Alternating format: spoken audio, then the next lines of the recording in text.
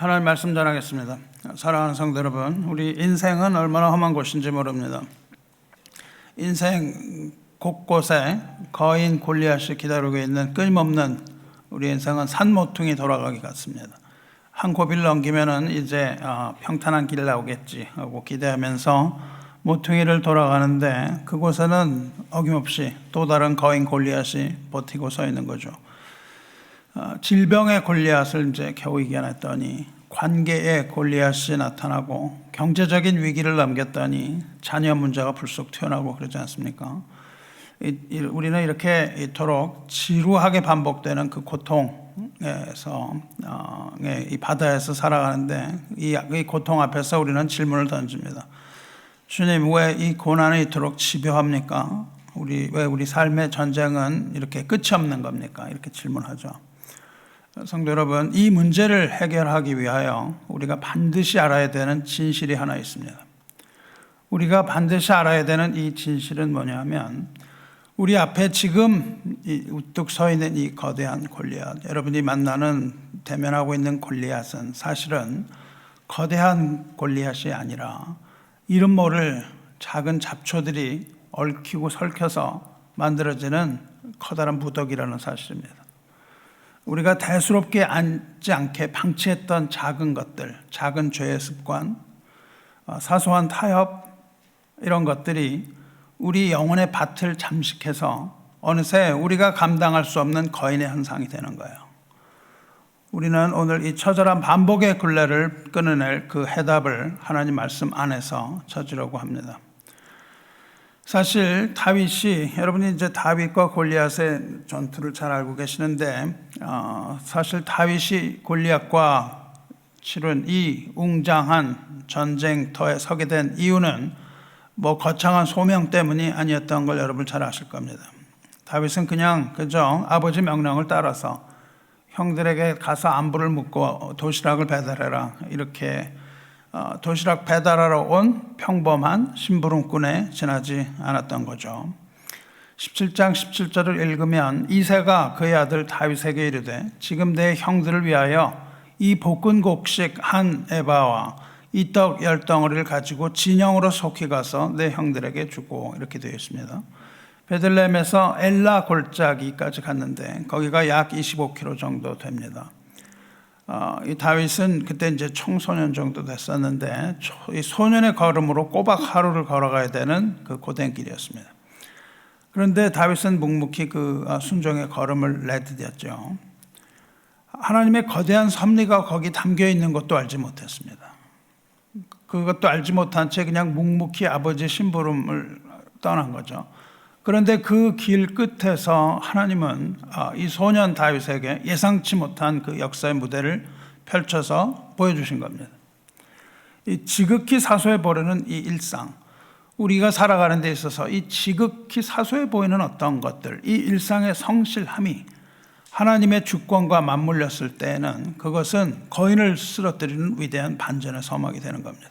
처음부터 우리가 무슨 큰일을 하려고 이렇게 했던 것이 아니라 하나님께서 하라고 하신 그 조그만 일, 이것을 그 첫 걸음을 내딛었을 때 그 결과는 거인을 넘어뜨리는 큰 결과를 가져온 거죠. 이 당시에 엘라 골짜기, 전투가 있었던 엘라 골짜기의 상황은 문자 그대로 바람 앞에 등불, 풍전등화 같은 그런 상황이었어요.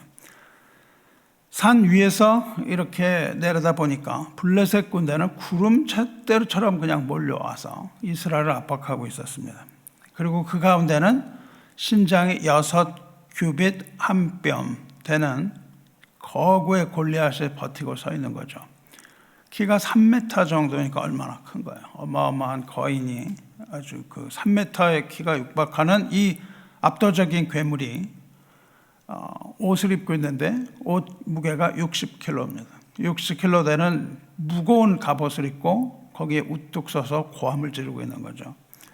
이 괄괄한 다윗의 목소리가 골짜기로 울려 쩡쩡 울린 거죠. 그러니까 이스라엘 군대의 심장은 쪼그라든 겁니다. 우리가 3m 되는 거인을 우리를 노려보고 소리를 지른다고 생각을 해보세요. 얼마나 두렵겠어요. 그리고 그것이 40일 동안 밤낮 이어졌어요. 40일 동안 이어지는 조롱 앞에서 사울 왕과 장수들은 숨조차 쉬지 못했던 거죠. 숨조차 쉬지 못하고 떨고 있었습니다. 하나님을 모욕하는 소리가 하늘을 찌르는데도 누구 하나 나서는 이가 없는, 이 영적으로 완전 파산된 그런 상황이고, 절망의 그림자가 그냥 전 군영에 내려앉아서 이스라엘 진영을 완전히 절망의 그림자가 뒤덮고 있는 그런 상황이었죠. 바로 그 절망의 그 비명 소리를 다윗은 그 무서운 장면을 뒤로 하고 돌아서서 다윗은 낮게 흐르는 시냇가로 내려갑니다. 그 엘라 골짜기를 가로지르는 시냇가가 있었어요. 그 시냇가에 가서 다윗은 무릎을 굽히고 그 물 속을 이렇게 들여다보는 거예요. 그 다윗의 귀에는 그 조롱 소리와 고함 소리가 들렸던 대신에 평화로운 졸졸 흐르는 시냇물 소리가 들렸겠죠. 다윗의 눈앞에는 그 물 속에 있는 돌들이 보인 거예요. 이 돌들은 수천 년간 물 속에 있었던 돌이겠죠. 이 쉼 없이 흐르는 그 물결 속에서 있는 그런 수많은 돌들을 본 겁니다. 얼마나 깨끗한 물이었겠어요, 그 당시에는. 근데 그 속에 돌들이 많이 있었겠죠. 그런데 다윗은 그 물 속에 있는 수많은 돌 중에 하나를 고릅니다. 자기의 손에 딱 맞는 그 매끄러운 돌을 골라요. 그 돌들을 하나씩 고릅니다. 이 다윗은 거친 광야에 살았거든요, 목자로서. 거친 광야를 살았던 이 소년의 손끝에 잡힌 돌은 차갑고 매끄러운 조약돌이란 말이죠. 이 조약돌의 감촉은 마치 하나님이 세밀한 손길이 다듬어 놓은 그런 돌 같은 거죠. 아주 매끄럽고 그 보기 좋은 그런 돌 같았단 말입니다. 그래서 다윗은 이 매끄러운 돌을 고른 거예요. 매끄러운 돌을 골랐는데, 워낙 이 돌이라는 것은 깨지면 모서리가 날카롭게 되죠. 그런데 이렇게 물속에 오래 있었던 돌은 이것이 매끄럽게 변합니다. 그 둥근 모양 속에 모양을 하고 있는 이 돌을 드러내는 거예요. 다윗은 날카로운 돌을 들지 않고 매끄러운 돌을 골랐습니다. 이 모난 돌을 들면 여러분이 아시는 것처럼 물맷돌로 이제 다윗을 내게 던지려고 한 거잖아요. 근데 삐죽삐죽하고 이렇게 모난 거는요, 이런 걸 던지면은 이게 똑바로 날아가기가 힘듭니다. 뭐가 있어서 이게 바람의 저항에 돌이 어디로 날아갈지 모르는 거예요. 원하는 방향으로 던지기가 쉽지 않단 말이죠. 그래서 이 물맷돌 던질 때는 어떤 돌이냐면 매끄럽게 다듬어진 돌을 던져야 이게 공기를 부드럽게 가르면서 목표를 향해서 정확하게 잘 날아가요. 우리는 이제 현대를 살아가니까 왜 그런지 이 터뷸런스가 생기고 이런 그 공기 역학을 하면 금방 잘 압니다. 근데 오늘 우리는 이 시냇가에서 다윗의 손에 잡힌 이 돌 몇 개를 골랐냐면 5개를 골라요, 다윗이. 이 5개의 돌이 도대체 무엇을 의미하는가 하는 그 돌에 담긴 우리의 삶을 향한 하나님의 세밀한 계획을 확인해 보려고 해요. 이 미국 그 복음주의의 어떤 그 단체가 있는데 이름이 Five Stone Ministry, 5돌 의 사역을 하는 분들이 있어요. 그럼 무슨 뜻인지 우리가 들으면 왜 5개의 돌 사역을 하는가 하는 것을 볼 수 있습니다. 우리는 이 하나님의 말씀을 듣고 우리 삶의 구석구석을 온전하게 하시는 하나님의 거룩한 손길을 마주하는 은혜의 시간 되시길 소망합니다. 17장 40절 읽으면 손에 막대기를 가지고 막대기를 가지고 나가거든요. 사울이 막대기를 가지고 시냇가에서 매끄러운 돌 5개를 골라서, 매끄러운 시냇가에서 매끄러운 돌 5개를 골라서 자기 목자의 제구 곧 주머니에 넣고 손에 물매를 가지고 블레셋 사람에게로 나아가니라, 이렇게 기록되어 있죠. 다윗이 시냇가에서 5개의 물맷돌을 골랐다. 돌 5을 골랐다는 사실은 우리에게 매우 중요한 영적인 교훈을 줍니다. 다윗이 왜 5개를 골랐을까요? 거기 골리앗을 넘어뜨리면 되는데 뭐 5개를 골라요. 다윗의 선택은 실패를 위한 보험이 아니었어요. 하나 던져서 빗나가면 2번째 돌을 던져야지. 또 빗나가면 3번째 돌을 던져야지. 이렇게 5개. 우리 총을 쏘는데 6발 넣어놓고 빵빵빵빵 이렇게 쏘는 거랑 다르다는 거예요.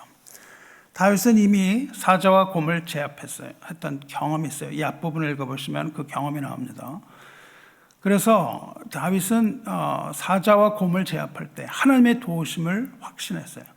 다윗의 신앙은 아주 야성적인 전사였어요. 그래서 다윗은 이미 이 돌을 고르면서 골리앗을 넘어뜨릴 걸 확신했습니다. 한 방으로 내가 골리앗을 죽일 수 있다.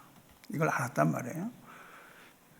그 앞에 읽어보면 이런단 말이죠. 다윗이 사울에게, 이게 조그만 애가 나타나갖고 골리앗을 상대했다고 그러니까 사울이 우습게 봤죠. 네가 뭘 해? 그렇게 얘기를 하니까 다윗이 사울에게 말하되 주의 종이 내가 아버지의 양을 지킬 때에 사자나 곰이 와서 양떼에서 새끼를 끌어가면 내가 따라가서 그것을 치고 그 입에서 새끼를 건져내고 그것이 일어나서 나를 해치고자 하면 내가 그 수염을 잡고 그것을 쳐 죽였더이다. 이렇게 말한단 말이죠.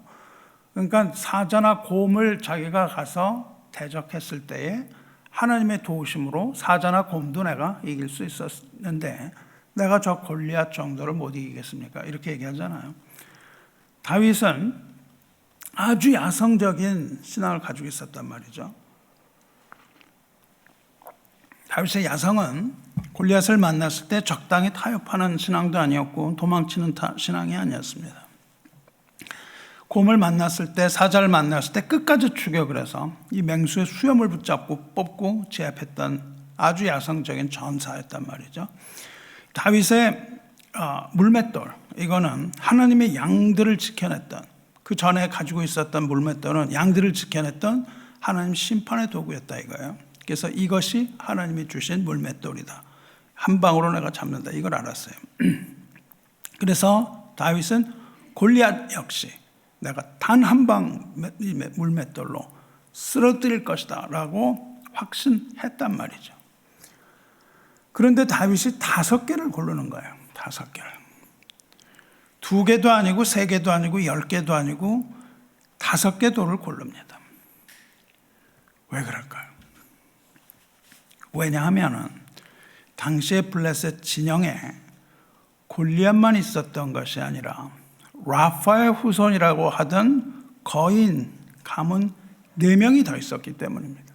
거기에는 5명의 거인들이 있었던 거예요. 이 위대한 설교가 찰스 스펄전이라는 목사가 설교를 했었는데 이 장면을 이렇게 묘사합니다. 다윗은 골리앗에게 4명의 형제가 있었다는 것을 알았을 것이다. 그는 그들 모두를 죽이기 위하여 한 사람당 돌 하나씩 준비했다 이겁니다. 5명의 거인이 있었고 다윗은 한 방에 한 명씩 5명을 죽이기 위하여 돌 5개를 주었다 그겁니다. 다윗의 믿음은 골리앗, 눈앞에 있는 골리앗 한 명에 머물지 않은 겁니다. 다윗의 손은 그 대적의 무리 전체를 겨냥하고 있는 거예요. 그래서 5개를 고릅니다. 어디에 그런 말이 나오냐면 실제로 성경에 그렇게 나오는 거예요. 성경에 골리앗 외에도 다윗이 진멸해야 했던 거인들이 더 있었던 것을 증거합니다. 21장 22절 보면 이 4사람 가드의 거인족의 소생이 다윗의 손과 그의 부하들의 손에 다 넘어졌느니라. 그렇게 나중에 나와요. 그 뒤에 나옵니다. 그 뒤에 그 4명이 다 죽는 장면이 그 뒷부분에 나와요. 다윗은 시냇가에서 이미 이 거인 가문 전체를 끝장낼 단 하나도 놓치지 않는 완전한 대비 준비를 다 마친 겁니다. 다윗의 머리 계산은 딱 시냇가에서 물맷돌 5을 고를 때 이미 5개의 돌로 5명의 거인을 죽일 계획을 하고 있었던 거죠. 다윗은 악의 줄기 하나만 쳐내는 것이 아니고 그 뒤에 버티고 있는 모든 대적을 진멸하려는 거룩한 야성을 품고 있었다 그 말이에요. 사탄은요, 우리가 대수롭게 않게 여겨서 남겨두었던 것, 그 단 하나의 틈을 타고 다시 머리를 들고 우리를 공격해오는 겁니다. 악은 완전히 진멸하지 않으면 안 되는 거예요. 완전히 진멸해야 됩니다. 성도 여러분, 악은 결코 혼자 오질 않는 법이에요. 악은 우리에게 무리지어서 옵니다.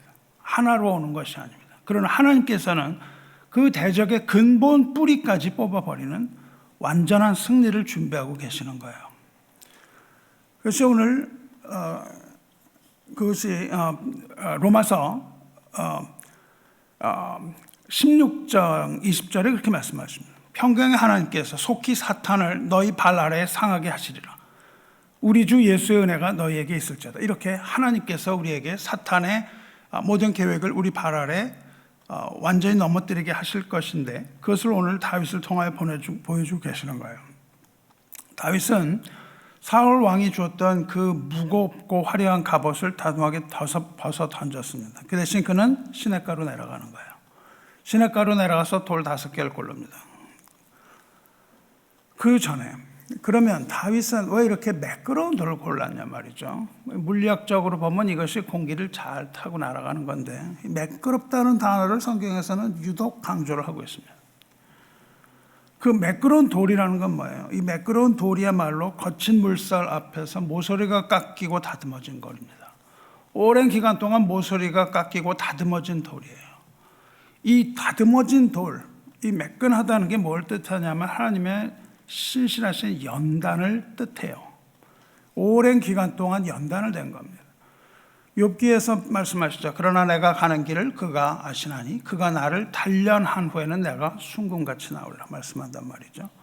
하나님은 우리를 순금과 같은 것으로 만드시고 하나님은 우리를 매끄러운 돌처럼 만드시는 거예요. 그래서 하나님은 우리의 믿음을 연단하시는 겁니다. 이것은 오랜 기간 동안 반복이 돼요. 계속해서 반복이 됩니다. 우리에게 이런 고난이 많이 다가오는 것은 하나님께서 우리를 반복적으로 연단하시기 때문입니다. 뭐를 이렇게 금을 정지하기 위해서는 한 번 갖고 되지는 않는 거죠.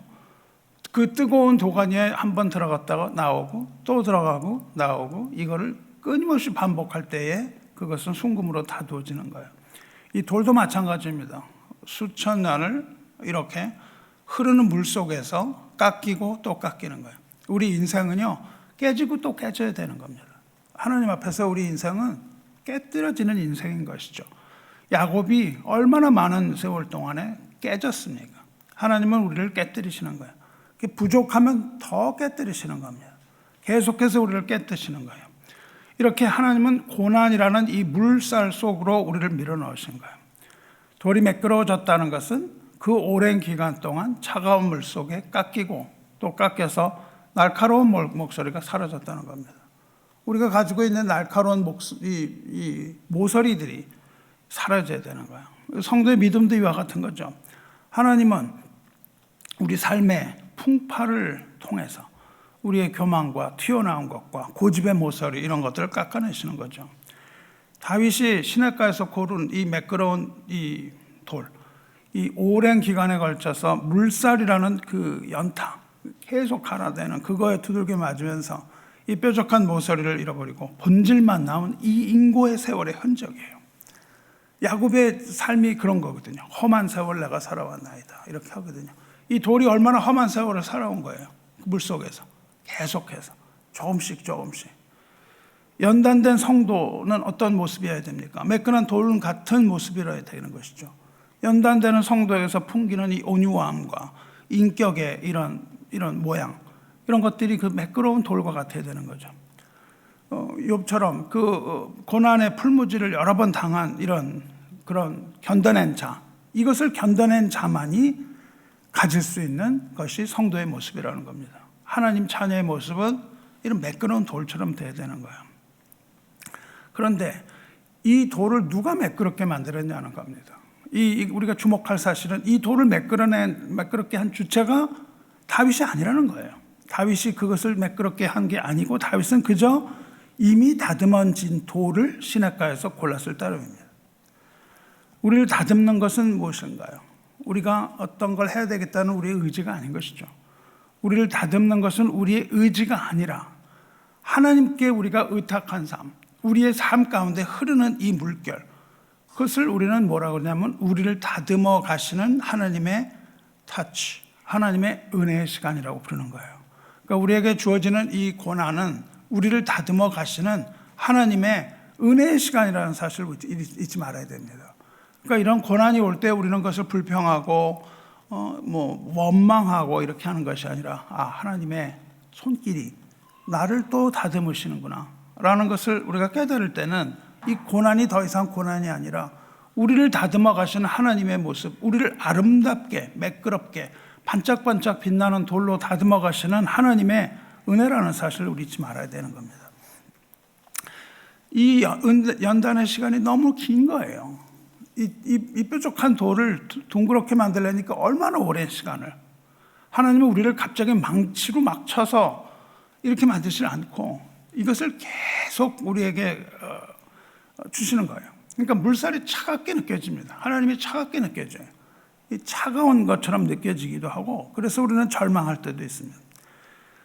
그러나 이 순간이 하나님께서는 우리를 의의 병기로 만들어 가시는 거예요. 이 돌이 어디에 쓰입니까? 골리앗을 죽이는 무기로 쓰이거든요. 이렇게 동글동글해가지고 아무것도 못할 것 같은 이것이 거인 골리앗을 무너뜨리고 그가 가졌던 이 방패까지도 그냥 무력하게 만드는 이 어마어마한 무기가 되는 거예요.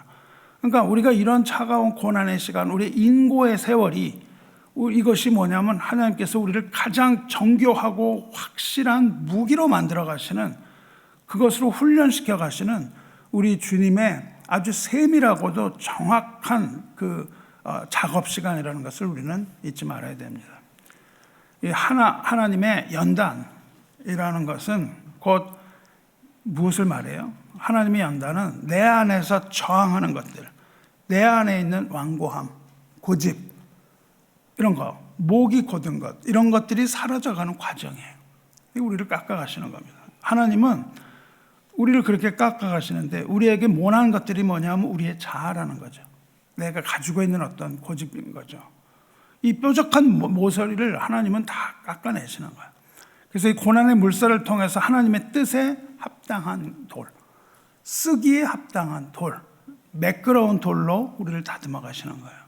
그러니까 하나님이 우리를 사용하기 위하여 하나님께서는 우리에게 고난을 주십니다. 어떤 일에? 하나님 나라의 일에, 하나님의 백성으로서, 하나님의 자녀로서, 하나님의 뜻에 합당한 자로 살아갈 수 있도록 하나님께서는 먼저 우리를 다듬어 가시는 거예요. 이 매끄러운 돌이 어디서 만들어졌을까요? 이 매끄러운 돌은 낮은 시냇가에서 만들어진다고요. 낮은 시냇가에서 이 매끄러운 돌이 만들어집니다. 다윗의 야성은 어디서 생겨났습니까? 다윗의 야성, 사자와 곰을 상대해서 그 수염을 뽑고 사자와 곰을 쓰러뜨리던 이 다윗의 야성은 어디에서 만들어졌어요? 아주 험난한 광야에서 만들어집니다. 험난한 광야에서 다윗의 야성이 길러져요. 하나님은 우리를 야성 있는 크리스찬으로 성장하기를 원하세요. 우리는 더 이상 온실 속의 화초가 돼서는 안 됩니다. 우리는 광야에서 사자와 이 맹수까지도 우리가 무너뜨릴 수 있고 쓰러뜨릴 수 있는 이런 야성적인 신앙을 가져야 되는 거예요. 마지막 때가 되면 이런 야성적인 신앙이 없는 사람은 다 죽습니다. 사자와 곰, 여러분이 야성적인 신앙이 되지 않으면 이 마지막 때를 견뎌낼 수가 없어요. 목사에게 그것을 의지한다, 있을 수 없습니다. 그것은 여러분 자신이 신앙의 야성을 기르셔야 돼요. 내가 정말 아무것도 먹을 곳 없는데 혼자 떨어졌는데 내가 거기서 어떻게 하나님의 생명의 양식을 계속 먹을 것인가? 여러분이 밤낮 이렇게 그냥 지어주는 밥만 먹을 거 아니잖아요. 이 하나님이 그냥 이 차가운 겨울에 이 온실의 이 비닐을 확 벗겨버리시는 순간이 온다니까요. 마지막 때가 되면 그때 여러분은 먹을 수 있어야 되는 거예요. 그런 데서도 그 야성을 기르시기 바라요. 다윗의 야성은 험난한 광야에서 길러졌어요. 그런데 골리앗을 쓰러뜨리는 이 결정적인 무기가 어디서 생기냐 하면 다윗이 무릎을 꿇고 내려가서 손을 집어넣어서 꺼내야만 하는 이 조용하게 흐르는 낮은 곳에 있는 시냇가에서 그 결정적인 무기가 다윗의 손에 주어진다고요. 연단된 믿음이라는 건 뭐예요? 광야에서 힘만 자랑하는 그런 게 아닌 거죠.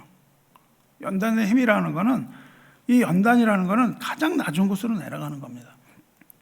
그래서 거기에서 하나님이 예비하신 이 세밀한 은혜를 분별하는 거예요. 골라내야 되는 겁니다.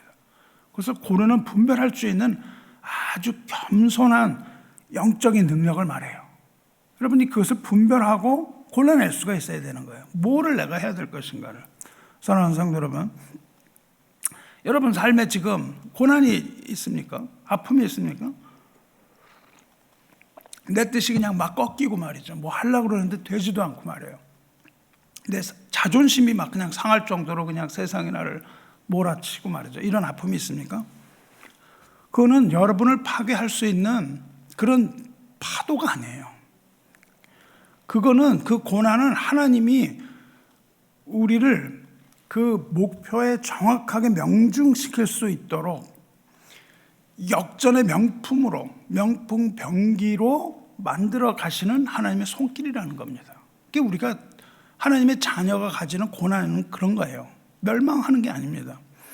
우리는 하나님의 손에 의해서 공기 저항 없이 날아가는 이 매끄러운 돌이 될 때에 저와 여러분이 비로소 골리앗을 쓰러뜨릴 수 있는 최후의 승리자가 되는 겁니다.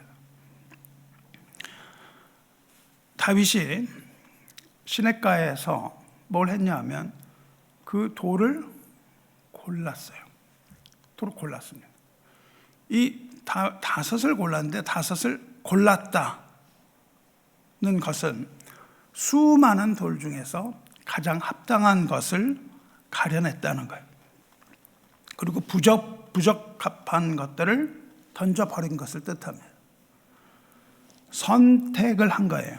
선택의 시험을 한 겁니다. 시험을 해서 선택을 한 거예요.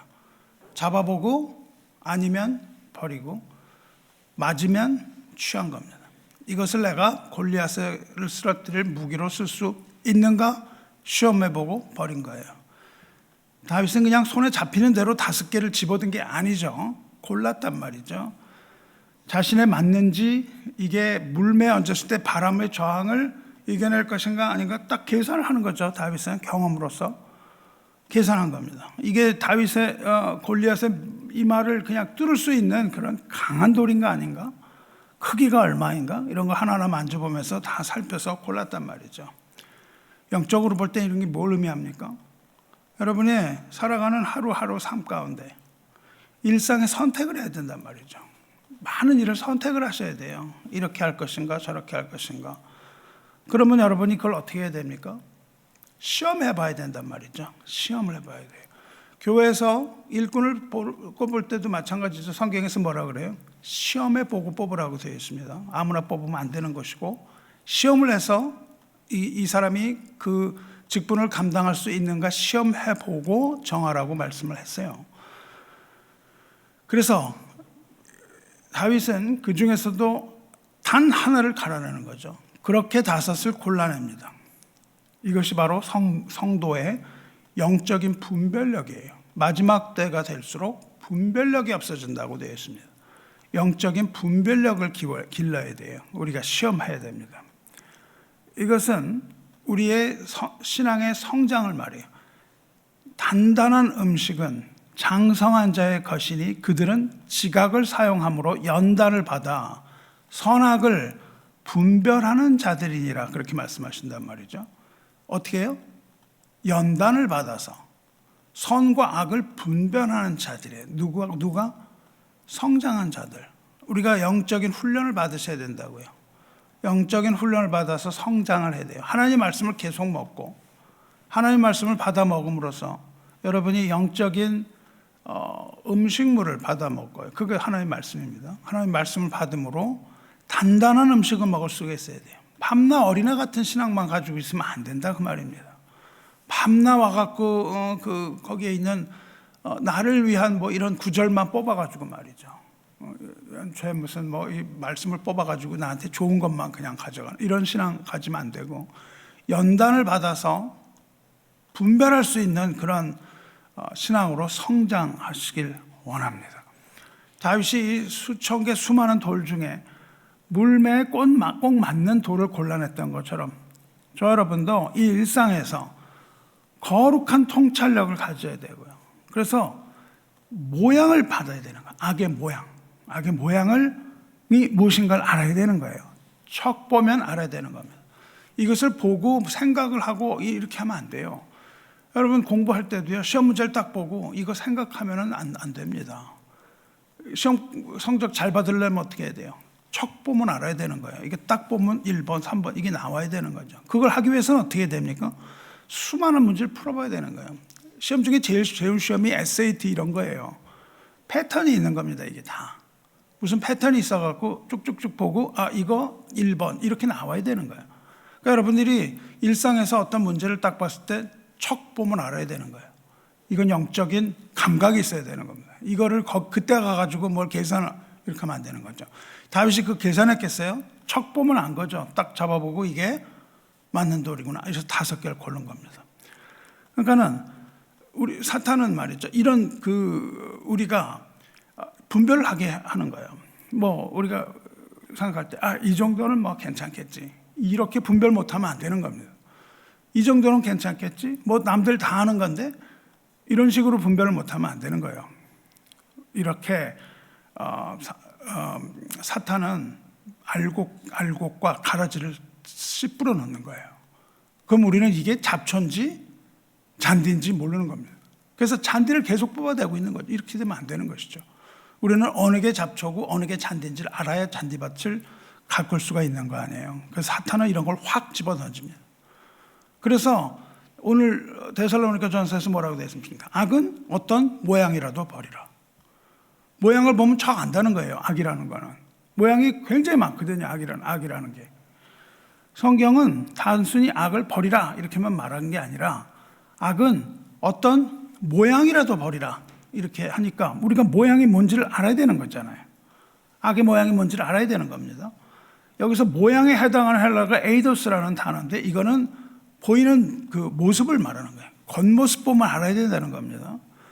즉 악이 실제 악으로 나타나지 않더라도 우리가 겉으로 보면 어때요? 좋아 보이는 건데 이게 악이란 말이죠. 사탄은 어떻게 나타나요? 머리에 뿔을 달고 나타나지 않는단 말이죠. 사탄은 광명의 천사로 나타난단 말이죠. 교회에서 이렇게 하는 게 좋은 거야. 그렇게 나타납니다. 그러나 우리는 그것을 척 보면 알아야 되는 거예요. 사탄이 나타나는데 뿔도 없고 그런데 냄새가 나는 겁니다. 사탄의 냄새가 나면 버려야 되는 거예요. 그거는.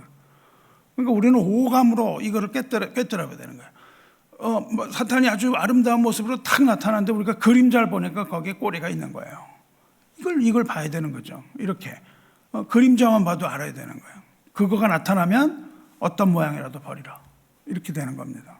완전히 단호하게 버려야 돼요. 뿌리까지 뽑아야 됩니다. 5개의 돌을 골라야 되는 거예요. 하나만 가지고 안 됩니다.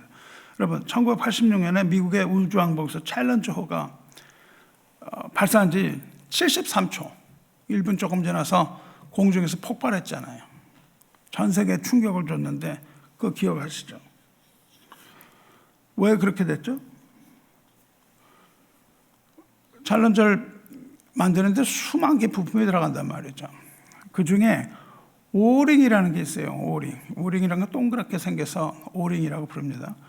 이 오링이 뭐 여러 가지 재질이 있어요. 고무로 만들기도 하고 무슨 타이타늄으로 만들 이런 오링이라는 게 있는데 이 링 하나가 추운 날씨에 이게 경직이 된 거예요.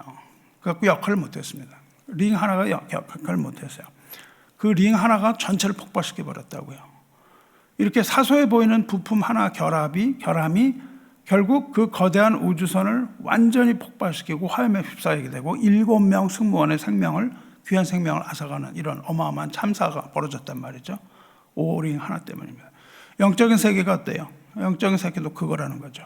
사소한 악의 모양이 좀 이상한데 이걸 방치하는 것은 우리 영혼의 챌린저에 결함 있는 하나의 오링이다 이거예요. 그 오링을 결함 있는 걸 끼워놓은 거나 마찬가지예요. 완벽한 부품을 끼워내야 되는데 이걸 잘못 끼면 이게 결과를 우리가 알 수 있습니다. 사랑하는 성도 여러분, 우리 영혼에 오링이 있다는 거예요. 그런데 여러분 영혼에 껴있는 오링이 뭐예요? 어떤 걸 끼고 있습니까? 사소하다 그래서 우리가 그냥 슬쩍 넘겨버리는 이런 것들, 막된 말을 한다거나 입술의 부정함이라거나 뭐 이 정도는 괜찮다고 생각하는 조그만 것들, 합리화하는 이런 작은 것들, 탐심, 은밀하게 우리가 즐기는 세상의 유혹, 뭐 이런 것들이 우리 인생 전체를 다 날려버릴 수 있는 이런 결함이 될 수 있다는 것을 잊지 말아야 됩니다. 잡초와 가라지는요, 이 잡초, 가라지 이런 것들은 막 섞여 있어요. 여러 가지. 모양이 이쁩니다. 모양이 이뻐요. 이 잔디밭에 피는 꽃들이 다 잡초거든요. 이게 꽃이 피기 전에는 아주 연약한 풀잎처럼 보여요. 그런데 그것을 방치하면 이게 뿌리를 내린다고요. 그래가지고 땅속 깊이 박히고 결국은 그 잔디밭 혹은 뭐 농사 짓는 밭 전체에 퍼져가지고 농사를 망치게 되는 거야. 거대한 댐이 무너지는 게 뭐 때문에 무너집니까? 방치된 조그만 균열, 작은 바늘구멍 같은 이런 균열, 이게 치명적인 거란 말이죠. 이 균열 하나가 거대한 댐을 무너뜨린다는 거 잊지 마시기 바라요. 다윗이 시냇가에서 돌 하나하나를 치밀하게 골라냈던 것처럼 우리도 성령의 도우심을 따라서 우리 삶의 틈새를 비집고 들어오는 이 악의 모양, 이걸 분별해야 되는 거예요.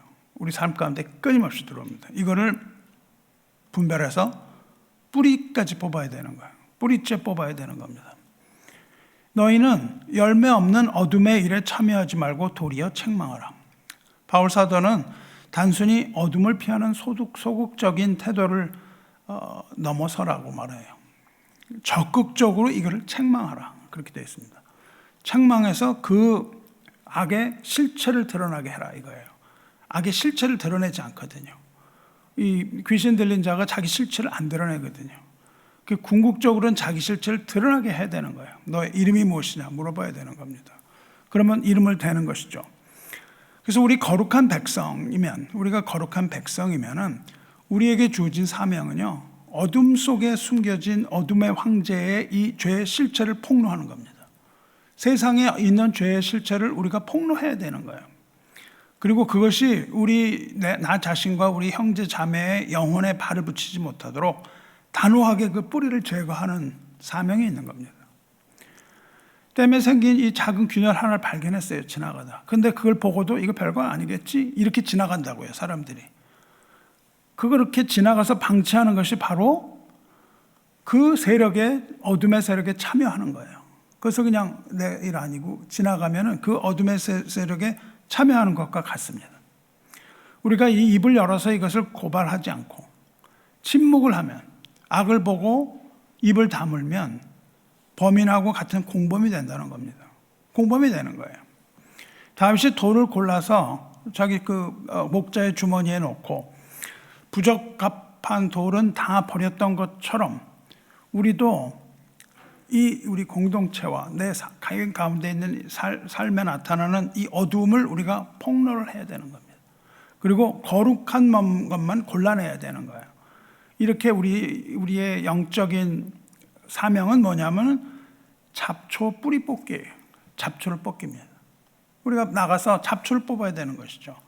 악의 모양을 분별할 줄 알아야 돼요. 어느 게 잡초인지를 알아야 되잖아요. 그 공부를 해야 되죠. 무엇이 악인지. 그래서 무엇이 악인지 알기 위해서는 어떻게 해야 됩니까? 무엇이 진리인지를 알아야 되는 거예요. 그래야 악은 워낙 많기 때문에 무엇이 진리인지를 알지 못하면은 구별이 안 가요. 이것은 악이다 그러면 다른 악이 또 튀어나오거든요. 그러니까 우리는 무엇이 진리인지를 알아야 돼요. 진리는 오직 하나님의 말씀밖에 없거든요. 그러니까 여러분이 하나님의 말씀 분명하게 알아야 되는 겁니다. 그래서 그것을 뽑되 씨앗조차 남기지 않고 뿌리까지 제거하는 그 결단이 필요한 거죠. 결국 이 골리앗 군대 전체를 무너뜨리는 완전한 승리를 가져오는 거예요. 후에 그 나머지 4명의 거인까지 무너뜨리는 5개의 물맷돌을 골라야 됩니다. 우리는 이렇게 정교하게 돌을 하나하나 골라내는 열심이 있어야 됩니다. 돌을 열심히 골라내는 이 치열한 이 분별의 자리에 서야만 하는 거예요. 영적인 분별력을 가지시길 축원합니다. 그런데 사랑하는 성도 여러분, 우리가 그렇게 하는데 우리도 이제 다윗처럼 그 낮은 곳으로 내려가서 시냇가에 무릎을 꿇고 다윗의 심정으로 우리가 어떻게 이것을 할 수 있는지 그 영적인 원리를 지금 들으셨어요, 여러분이. 매끈한 돌과 돌 5개와 이것을 골랐다는 사실, 이 3가지에서 우리는 영적인 걸 배웠거든요. 대적의 뿌리를 겨냥한 5개의 돌, 자아의 모서리를 깎아내는 매끄러운 연단, 그리고 챌린저호 이 작은 그 오링 하나하나까지 점검을 하는 것 하듯이 우리의 악의 모양까지도 우리가 다 분별하는 이 3가지 배웠단 말이죠. 그럼 이제부터 이것을 어떻게 실행할 수 있는가가 중요한 거잖아요. 그럼 이 지점에서 우리는 정직한 질문을 던져야 되는 거예요. 내가 거기에 내려가서 그렇게 했다, 이런 것을 깨달았다. 그렇다면 과연 우리가 무슨 힘으로 이토록 완벽하게 준비를 하고, 우리가 무슨 힘으로 이렇게 완벽하게 우리 자신이 깎여나갔으며, 또한 어떻게 우리가 그 예리한 분별력으로 악을 분별해낼 수가 있겠는가, 이 질문을 해야 되는 거죠. 우리가 과연 그렇게 할 수 있는가 질문해야 됩니다. 우리의 뜻이 골리앗을 무너뜨리겠다는 이 의지가 과연 골리앗을 무너뜨릴 만큼 견고한 의지를 우리가 갖고 있습니까? 우리는 정말 그렇게 모든 악을 다 분별할 수 있는 그런 예지력, 그런 분별력이, 우리가 온전한 분별력을 가지고 있습니까? 그렇지 않다는 거죠. 우리의 의지는 연약하다는 겁니다. 그리고 우리의 통찰력은 늘 한계에 부딪히는 거죠. 늘 실수를 하는 겁니다. 하나님의 음성을 듣는다고 하지만 잘못 들어요. 밤낮 잘못 듣는 경우가 굉장히 많습니다. 하나님의 다른 말씀을 하시는 게 아니라 우리가 다르게 듣는 거죠. 어떤 사람은 하나님의 말씀은 코에 걸면 코걸이, 귀에 걸면 귀걸이라고 얘기하는데 그렇지 않은 거죠. 그럼 우리가 어떻게 하나님을 믿겠습니까? 하나님이 코에 걸면 코걸이, 귀에 걸면 귀걸이 같은 말씀을 하신다면 어떻게 우리가 하나님을 믿겠어요? 그렇지 않은 거죠. 그럼에도 불구하고 우리는 하나님의 말씀을 계속 잘못 듣고 있어요. 그건 헛듣습니다. 우리는 어때요? 사실 우리는 시냇가에 무릎을 굽힐 기력조차 없는 사람들이에요. 거기 내려갈 수 있는 힘도 없는 때가 많잖아요. 돌 하나 고르는 게 그렇게 쉽습니까? 여러분이 영적으로 이거를 분별하라고 얘기했는데 이게 그렇게 쉽냐고요. 우리 앞을 가로막고 있는 골리앗은 아니라 뭐 조그만 애 하나만 서 있어도 우리가 그냥 좌절하고 넘어지잖아요. 강아지 하나만 있어도 그냥 넘어집니다. 맹견 하나 나타나면 그냥 무서워서 도망치잖아요. 그럴 때가 더 많은데 무슨 수로 우리가 이렇게 한다는 거예요. 그런데 저와 여러분이 그 사실을 깨닫는 것이 중요합니다. 우리가 그렇게 할 수 없다는 것을 깨닫는 순간, 우리의 완전한 한계치에 이르렀을 때, 우리는 그런 힘도 없다는 이런 데 있을 때, 우리의 이 한계 자리, 우리가 이 절망하는 이 자리가 어디냐면 바로 복음이 시작되는 자리예요. 복음은 거기서 시작됩니다. 다윗의 손에 5개를 골랐는데 이 5개의 돌은 다윗이 선택을 한 것이지만 사실은 그 돌을 누가 만든 거예요? 그 돌은 수천 년간 물로 깎아서 다듬어지고 다윗을 그 자리에 가게 하신 분이 바로 하나님이라는 사실을 잊지 말아야 되는 겁니다. 다윗은 그냥 일상에 하던 일대로 간 거거든요. 뭐 내가 가서 골리앗을 죽여야지 이러고 간 게 아니거든요. 그냥 일상에 하던 대로 하나님이 거길 보내신 거고, 그리고 그 시냇물에 가서 오랫동안 하나님이 미리 만들어 놓으신 그 돌, 이 돌을 주신 것뿐입니다.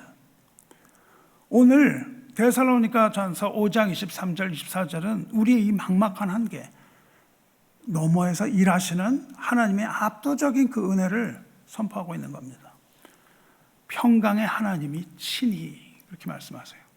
평강의 하나님이 친히 너희를 온전히 거룩하게 하시고 또 너희의 온 영과 혼과 몸이 우리 주 예수 그리스도께서 강림하실 때 흠없게 보존되기를 원하노라, 이렇게 말한다고요.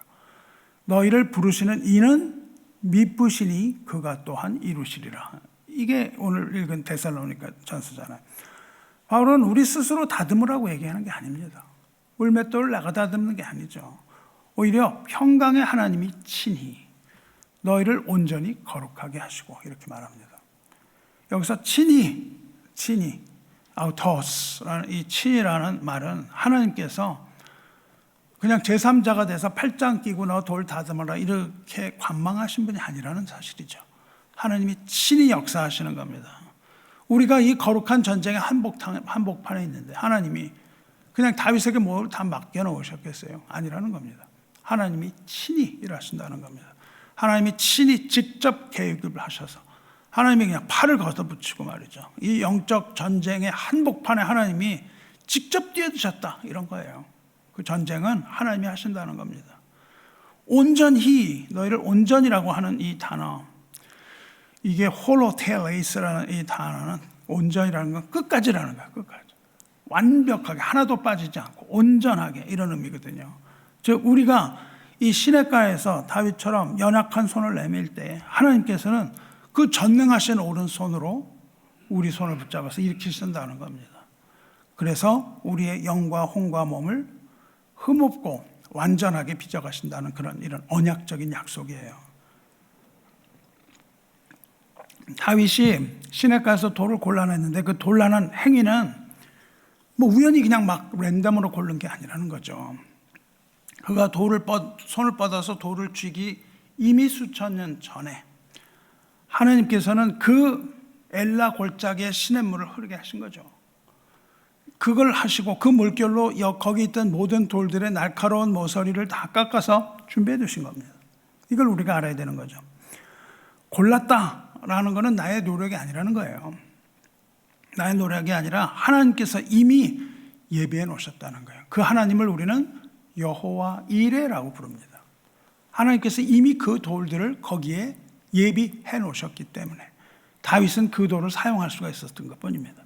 다윗은 단지 믿음의 눈으로 그 돌들을 골라낸 거예요. 발견해낸 거예요. 이것은 뭐냐면 다윗의 믿음과 하나님의 만남인 거죠. 하나님이 역사하신 것을 다윗이 믿음으로 조우 만난 거예요. 다윗의 분별과 하나님의 예비하심이 만나는 그 지점입니다. 그 지점에서 어떤 일이 일어나요? 거인 골리앗을 넘어뜨리는 막강한 승리의 무기가 탄생을 하는 겁니다. 그것이 다윗의 손에 주어지는 거예요. 결국 우리가 이 처절한 이 영적 전투를 이길 수 있는 근거가 뭡니까? 그것은 우리의 전투 능력이 아니라는 거예요. 전투 능력이 아니라 우리를 부르신 하나님이 미쁘신 분이라는데, 즉 신실하신 분이기 때문입니다. 거기에 근거가 있는 겁니다. 우리가 앞에서 살펴본 모든 과정 뭐예요? 준비하고 연단을 받고 분별해서 고르는 것들, 이것들은 다 하나님께서 우리 안에서 시작하신 일입니다. 우리에게 주어지는 일이에요. 그리고 그것을 완성하시는 분도 하나님입니다. 이 물맷돌을 만드신 이도 하나님이시오. 매끄럽게 다듬으신 분도 하나님이시오. 그것을 골라낼 수 있는 마음에 눈을 뜨게 하신 분도 역시 성령 하나님이시라는 사실을 잊어버리면 안 되는 겁니다. 우리가 악의 모양을 버리려고 막 몸부림을 막 치는데, 그렇게 해도 우리는 결코 그렇게 해낼 수가 없다는 거예요. 하지만 단연컨대 우리는 혼자가 아니라는 겁니다. 우리가 고난 가운데 있는데 우리가 혼자가 아니라는 거예요. 너희를 부르시는 이는 미쁘시니 그가 또한 이루시리라, 이렇게 말씀을 하시거든요. 그러니까 이루시는 분이 누구예요? 그 약속에 우리를 붙드는 겁니다. 하나님의 약속을 이루시는 거예요. 여기서 미쁘시다는 것은 피스토스라는 말은 믿음이라는 뜻이에요. 어떤 말이냐면 신실하다, 믿음직하다 이거. 하나님은 믿음직하기 때문에 우리는 때때로 연약해서 또 모난 돌이 되기도 해요. 이게 또 깨지고 나면 말이죠, 이 동그란 돌이 깨지면 또 뭐가 나고 빽빽해지잖아. 이러기도 하는데, 또 우리는 잡초를 뽑았다고 생각하는데 또 잡초가 우리 마음껏에서 막 나온단 말이죠. 그러나 하나님은 신실하신 분이에요. 또 뽑아주신다는 겁니다. 또 매끄럽게 해주신다는 거예요. 결코 우리를 포기하지 않고 우리를 만들어 가신 이 하나님의 신실함 때문에 우리가 승리할 수 있는 근거가 있는 겁니다. 아니면 우리는 승리할 수도 없어요. 뭘 해볼 수도 없어요. 결국 이 전쟁의 승패는 어디에 있습니까? 다윗의 전투의 실력이 아니라는 거예요. 다윗을 세우신 하나님에 있다는 겁니다. 다윗을 세우신 하나님의 주권에 달려 있는 겁니다. 골리앗을 무너뜨린 것은 다윗이 줬던 이 돌이었지만은, 물매였지만은, 이것이 공기의 저항을 뚫고 골리앗의 미간에 명중하도록 만드신 분은 하나님의 신실함과 하나님의 능력이라는 겁니다. 사랑하는 여러분, 우리의 우리가 거룩해져야 되는데 우리의 거룩이 우리의 고군분투해갖고 뭐 이렇게 되는 이런 게 아니라는 거예요. 그건 뭐냐면 우리를 결코 포기하지 않으시는 하나님의 신실하신 사랑, 그리고 신실하신 그 열심히 맺는 열매라는 걸 믿으시기 바랍니다. 주님께서 모든 것을 시작하셨기 때문에 주님께서 반드시 모든 것을 이루실 것입니다. 우리 안에서 모든 것을 시작하신 이가 우리 안에서 모든 것을 다 이루신다는 거예요. 이제 우리는 신실하신 하나님을 믿고 하나님을 의지하면서 나가면 되는 겁니다. 내가 해야 된다는 이런 강박감을 버려야 돼요. 이걸 버리고 나를 부르신 이가 이루실 것이라는 이 믿음의 안식, 편안함, 평안 가운데 여러분이 거하셔야 되는 거예요. 이 모든 고난 가운데 우리는 평안을 얻는 겁니다. 안식을 얻는 거예요. 이 안식 아래서 우리는 더욱더 정교하고 매끄럽고 반짝반짝거리는 돌로 다듬어져 가는 거예요. 그래서 우리는 더욱더 그 안에서 단호하게 악을 거절할 수 있는 능력이 생기는 겁니다. 그리고 마침내 주님 오시는 그날에 우리가 흠없는 모습으로 주님 앞에 설 수 있게 된다, 이거예요. 왜냐하면 우리가 흠없는 이 모습으로 서야 되잖아요. 근데 그것을 다듬어 가시는 분이 하나님이시기에 우리는 평안을 누리고 안식을 누릴 수가 있는 겁니다. 우리의 삶은 평안과 안식과 기쁨과 여러분의 삶이 이런 것으로 가득 차야 되는 겁니다. 사랑하는 성도 여러분, 정리를 해보려고 합니다. 첫째로 오늘 우리는 시냇가에서 돌을 고르는 다윗의 손길, 여기서 거룩한 분별의 원리를 봤어요. 그렇죠? 수많은 돌 중 주님의 물매에 꼭 맞는 이걸 가려내는 것처럼 우리도 악의 모양을 분별하고 버리고 하나님의 뜻에 순종하는 그런 합당한 성결의 가치, 진리만을 우리가 선택을 해야 되는 거죠. 이것은 단순히 인간의 지혜가 아니라는 겁니다. 이것이 우리의 삶 가운데 이미 그 도를 예비하신 하나님의 섭리인 거죠. 그 섭리를 우리가 믿는 거예요. 그리고 그 믿음의 눈으로 발견하는 하나님과의 만남이에요. 하나님을 만나셔야 됩니다. 둘째로 이 돌이 매끄러운 돌이 되기까지 주님이 우리에게 우리를 그 연단의 물속에 넣어주셨다는 사실을 기억하시기 바라요. 날카로운 모서리가 사라지고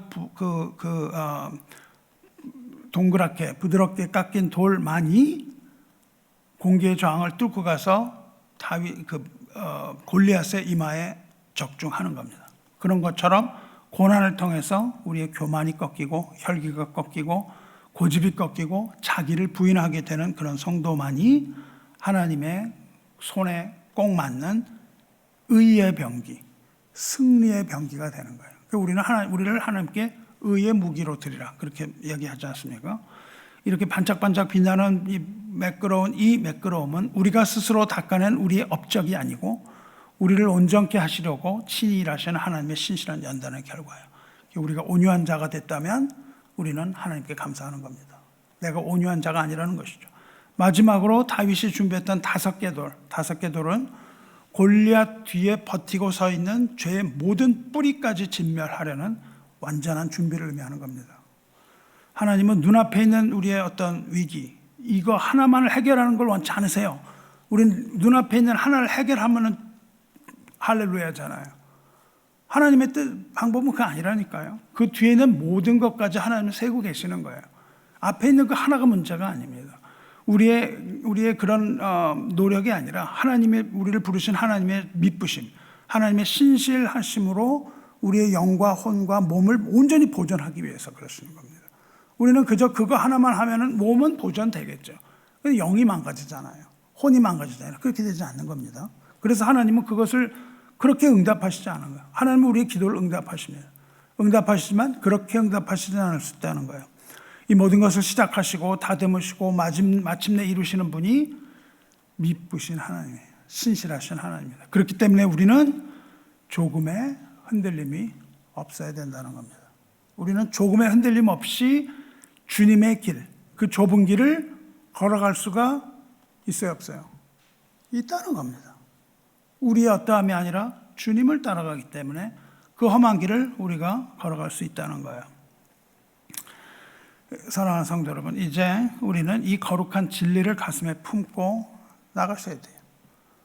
여기를 이제 떠나서 나가야 됩니다. 거기가 어디입니까? 삶의 전쟁터예요. 여기서 하나님이 다듬으시고 고르시고 준비하신 의의 무기로서 여러분이 전쟁터에 나가는 겁니다. 엘라 골짜기 시냇가에 무릎을 굽혔던 다윗처럼 우리도 이 일상의 현장에서 신실하신 하나님께서 이미 마련해 두신 물맷돌을 손에 쥐고 나가셔야 되는 거예요. 우리를 부르신 하나님은 미쁘신 하나님입니다. 그렇기 때문에 하나님께서 친히 우리 안에서 그 모든 것을 행하실 것을 여러분이 기대하면서 나가야 돼요. 그리고 승리할 것을 기대하면서 구체적으로 이렇게 응답을 하셔야 됩니다. 첫째로, 오늘 우리가 살아가는 일상의 시냇가에서 주님이 기뻐하지 않으시는 악의 모양을 철저하게 분별해서 가려내야 됩니다. 남들 다 하는 거라는 이런 생각하지 말고 오직 하나님의 손에 딱 쥐어질 수 있는, 하나님의 손에 꼭 맞는 거룩한 진리의 가치를 가진 것만을 여러분의 손에 쥐시라고요. 더러운 걸 쥐지 말고 여러분의 손에 그것을 쥐기로 선택을 해야 되는 거예요. 그리고 영적인 이 예민함을 여러분이 회복하시기 바랍니다. 두 번째로는 이 매끄럽게 깎여야 되는 거죠. 지금 저와 여러분이 겪고 있는 이 고난의 물살을 커버하지 마세요. 이걸 커버하지 마시기 바라요. 우리를 가장 정교한 물맷돌, 의의 병기로 다듬으시는 주님의 손길이 우리 자아가 가지고 있는 울퉁불퉁하고 삐죽삐죽한 이런 모서리를 깎아내시는 거에, 그 물결에, 하나님의 고난의 물결에 우리를 맡기시기 바라요. 우리 안에 저항이 사라져야 되는 거예요. 그래야 우리는 주님의 손에 합당한 매끄러운 인격과 성품, 온유함, 이런 것들로 다듬어지는 거예요. 성령의 열매를 맺는 겁니다. 하나님은 저와 여러분을 그렇게 만들어서 골리앗을 쓰러뜨리는 그리스도의 의의 병기로 만드실 것입니다. 셋째로, 완전한 승리를 얻어야 돼요. 여러분이 이 세상에 나가서 5개의 물맷돌을 갖고 나가셔야 돼요. 하나만 가지고 나가면 안 됩니다. 5개를 골라야 돼요. 눈앞에 골리앗 한 명만 쓰러뜨리는 그 부족합니다. 일시방편으로 나의 앞에 있는 문제 하나 그냥 해결하는 걸로 부족해요. 우리 앞에 있는 모든 문제를 다 해결해 주실 것을 우리가 믿어야 됩니다. 그냥 앞에 있는 거 모면하는 거, 이런 나에게 닥친 일 모면하는 급급한 이런 신앙 가져서는 안 되는 겁니다. 우리는 무엇을 봐야 되냐면 거인 골리앗 뒤에 버티고 서 있는 4명의 형제까지 계산에 넣어야 되는 거예요. 계산에 넣어서 다윗이 그렇게 그것까지 계산에 넣었던 것처럼 우리 삶에 남아있는 이 죄의 잔당들, 그 뒤에 있는 거인으로 보이지만 잔당에 불과하거든요. 이 잔당들과 악의 뿌리까지 우리가 완전하게 뽑아버리겠다는 이런 5 물맷돌을 가져야 되는 거예요. 그래서 5 stone ministry입니다. 우리가 이러한 야성, 다윗이 가졌던 야성을 여러분도 가지시게 되기를 주님의 이름으로 축원합니다. 우리를 부르신 이가 미쁘시기에 하나님께서 친히 이루실 이 승리, 이거를 여러분이 신뢰하고 내 영혼의 작은 구석까지 파고든 이 어둠, 이것을 남기지 않고 완전하게 씻어버리는 하나님의 통치, 빛의 통치 아래 거하시길 바랍니다. 사랑하는 성도 여러분, 이제 설교 처음 질문으로 돌아가려고 해요. 왜 고난이 이토록 집요한가? 왜 나한테 오는 고난이 이렇게 집요한가? 인생의 전쟁이 왜 이렇게 끝이 없는가? 이거 질문했잖아요. 왜입니까? 그것은 우리를 무너뜨려 버리기 위한 것이 아니라 하나님의 단련의 도구라는 거예요. 대적의 뿌리까지 뽑아버리는 이 5개의 완전한 승리를 우리에게 주시는 겁니다. 우리 문제 앞에 있는 하나가 아니라 완전히 우리의 영과 혼과 몸을 보존할 수 있는 이 완전한 해결책을 우리에게 주시는 거예요. 그렇게 성장을 하는 겁니다. 두 번째는 뭡니까? 우리에게 그 권한을 주시는 이유는 우리 삶의 거친 조각들, 이거를 다 매끄러운 돌로 바꿔가시는 것이죠. 세 번째로 뭡니까? 오직 주님의 손에 맞는 이것으로 선별하시는 겁니다. 거룩이라고 부르는 거예요. 그거를. 거룩함으로 우리를 대하시는 거예요. 하나님, 주님이 골라내는 이 성결함, 백성으로 삼으시기 위한 겁니다. 거룩한 백성, 성도로 만들어 가시는 거예요. 그렇게 해야만 성도가 되는 겁니다. 이것이 바로 하나님의 거룩한 열심이라고 부르는 겁니다. 이 모든 일을 시작하시고 마침내 완성하시는 이 미쁘신 하나님, 이 신선한 손길이 저와 여러분 내 영과 혼과 몸을 흠없게 보존하시기를 간절히 바랍니다. 말씀 맺겠습니다. 주님께서, 사랑하는 성도 여러분, 주님께서 신실하신 분입니다. 신실하신 하나님께서 완전히 이루실 그 승리를 우리가 믿는 거예요. 그 승리를 여러분 신뢰하시기를 축원합니다. 그렇게 하시기를 우리 주 예수 그리스도의 이름으로 축원하면서 말씀 맺겠습니다. 기도하겠습니다. 사랑과 은혜가 풍성하신 여호와 하나님, 하나님 아버지, 오늘 우리를 엘라 골짜기 그 낮은 시냇가로 이끄심을 감사합니다. 인생의 거인 골리앗을 우리가 만나서 두려움에 떱니다. 그러나 하나님께서 그 골리앗을 무너뜨릴 하늘의 비책을 우리에게 깨닫게 해주셔서 감사합니다. 우리는 늘 눈앞에 골리앗 앞에서 두려워하고 떨며 사울의 갑옷과 같은 그 세상의 방법으로 무장하려고 애썼던 것 고백합니다. 그러나 주님, 오늘 다윗의 손에 들린 이 매끄러운 작은 돌 5개를 통하여 진정한 승리는 무기의 강함이나 무기의 화려함이 있지 않다는 것을 깨닫게 해주셔서 감사합니다. 그것이 아니라 승리는 오직 하나님의 신실하신 주권에 있다는 것을 우리가 보았습니다. 주님, 우리를 연단의 물결 속에 두실 때 우리로 하여금 절망하지 않게 해주시기 원합니다. 이 거친 시냇물에 깎이고 부딪히며 우리의 교만과 고집의 모서리가 사라지게 해주시고 오직 주님의 손에 맞는 매끄러운 돌과 같은 온유한 성품으로 빚어주시옵소서. 우리 안에 있는 그 저항이 사라진 자리에 오직 주님의 통치만 임하기를 소망합니다. 또한 우리에게 거룩한 영적인 분별력 허락하여 주셔서 일상의 작은 틈을 노리는 악의 모양을 예리하게 가려내게 하여 주시옵소서. 이 정도는 괜찮겠지 않은 이런 안일함 이제 버리게 해 주시고 대적의 뿌리까지 겨냥했던 5개의 물맷돌처럼 죄의 잔당까지 멸하는 완전한 성결을 향하여 나아가게 해 주시옵소서. 무엇보다도 너희를 부르시는 이는 미쁘시니 그가 또한 이루시리라는 이 약속을 붙잡고 나갑니다. 우리가 때로는 연약하여 다시 모난 널이 되기도 하고 넘어진다 할지라도 우리를 흠없게 보존하시는 하나님의 신실하신 열심이 우리를 결국 승리로 인도하실 것을 믿습니다. 이제 세상으로 나아가는 우리 사랑하는 성도들이 손에 하나님께서 친히 예비하신 매끄러운 물맷돌 5개를 골라서 쥐어 주시옵소서. 인생의 모퉁이마다 이 악한 세상 싸워야 하는데 모퉁이마다 버티고 선 골리앗을 향하여 만군의 여호와의 이름으로 담대히 나가게 하시고 우리의 삶을 통하여 하나님의 미쁘심이 이 세상에 증거되게 하여 주시옵소서. 우리의 영과 혼과 몸을 온전히 거룩하게 하실 우리 주 예수 그리스도의 이름으로 기도드리옵나이다. 아멘.